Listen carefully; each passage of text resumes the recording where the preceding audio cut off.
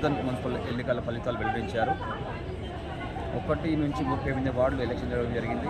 ఇందులో కాంగ్రెస్ పార్టీకి సంబంధించిన వ్యక్తులు 15 మంది గెలిచారు. టీఆర్ఎస్ పార్టీ అభ్యర్థులు 5 గెలిచారు. ఎంఐఎం పార్టీ అభ్యర్థులు 12 మంది గెలిచారు. అలాగే బీజేపీ అభ్యర్థులు 3 గెలిచారు. ఇండిపెండెంట్ నుంచి 1 గెలిచారు. ఇందులో మనకు మున్సిపల్ చైర్మన్ పీఠం కైవసం చేసుకోవడానికి సంఖ్య 20 కావడంతో ఇందులో ఎంఐఎం పార్టీ మరియు బీజేపీ మరియు టీఆర్ఎస్ కీలక పాత్ర పోషించనుంది. ఎవరు చైర్మన్ అవుతా అనేది మరి కొన్ని గంటల్లో తెలియనుంది. అలాగే 16వ వార్డు నుంచి ఇండిపెండెంట్గా పోటీ చేసిన అభ్యర్థి గెలవడంతో ఆ వార్డు ప్రజలు చాలా సంతోషం వ్యక్తం చేస్తున్నారు. బోధన్లో ఫస్ట్ టైం ఒక వార్డు నుంచి ఇండిపెండెంట్ అభ్యర్థిగా గెలవడం ఇది మొదటిసారి బోధన్ మున్సిపల్ చరిత్రలో. అలాగే ఈ ఎన్నికల్లో కాంగ్రెస్ పార్టీకి సంబంధించిన 17 మంది గెలవడంతో చైర్మన్ పీఠం మేమే కైవసం చేసుకుంటాం, ఎమ్మెల్యే గారి సహకారంతో మేమే చైర్మన్ పీఠం కైవసం చేసుకుంటామని కాంగ్రెస్ పార్టీ అభ్యర్థులు ధీమా వ్యక్తం చేస్తున్నారు.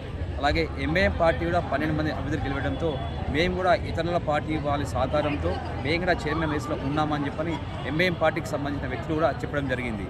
ఇందులో ఎంఐఎంకి బీఆర్ఎస్ బీజేపీ మాకు మద్దతు ఇస్తుందని వాళ్ళు ధీమా వ్యక్తం చేస్తున్నారు. కానీ ఎవరు మద్దతు ఇస్తారనేది మరి కొన్ని గంటల్లో తెలియనుంది.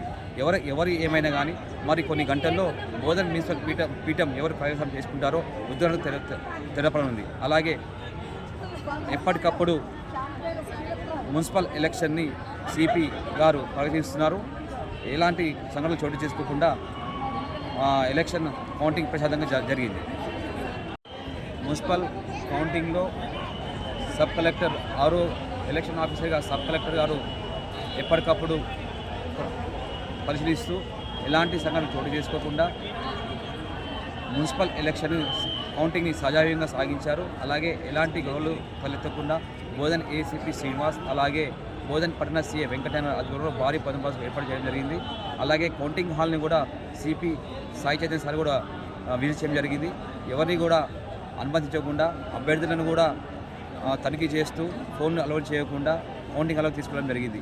బోధన్ మున్సిపల్ ఎలక్షన్ సజావుగా సాగడంతో పోలీసులు ఊపిరి పీల్చుకున్నారు. అలాగే బోధన్ పట్టణ ప్రజలకు పోలీసులు మరియు రెవెన్యూ శాఖ వారు ధన్యవాదాలు తెలపడం జరిగింది.